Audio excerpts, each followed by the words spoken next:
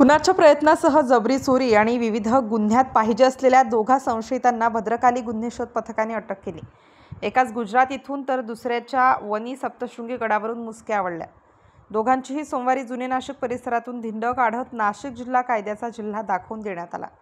सागर अनिल कुमावत वय 33 वर्ष, राहणार शीतलादेवी मंदिर, अमरधाम रोड, हा सराईत गुन्हेगार आहे। पंचवटी, भद्रकाली, नाशिक रोड, त्र्यंबकेश्वर आणि कडवण अशा विविध पोलीस ठाण्यात त्याच्यावर खुनाचा प्रयत्न, जबरी चोरी, दरोडा, प्राणघातक हल्ला असे विविध प्रकारचे 18 गुन्हे दाखल आहेत।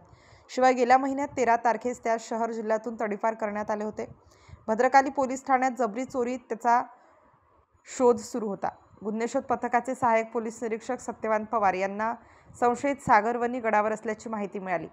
पथकाने वडीगड घाटात त्यास ताब्यात घेतले। त्याचप्रमाणे खुनाचा प्रयत्न आणि जबरी चोरी अशा 2 गुन्ह्यात हवा असलेला संशयित रोहन उर्फ नद्या राजेश यादव वय 22 वर्ष, राहणार कोळीवाडा, नानावली, हा 5 महिन्यांपासून फरार होता। पंचवटी आणि भद्रकाली येथे त्याच्यावर 2 गुन्हे दाखल आहेत। संशयित रोहन गुजरात येथे असल्याची माहिती श्री पवार यांना मिळाली। पथक गुजरात येथे दाखल झाले असता संशयित ट्रकवर क्लीनर म्हणून काम करत असल्याचे आढळून आले।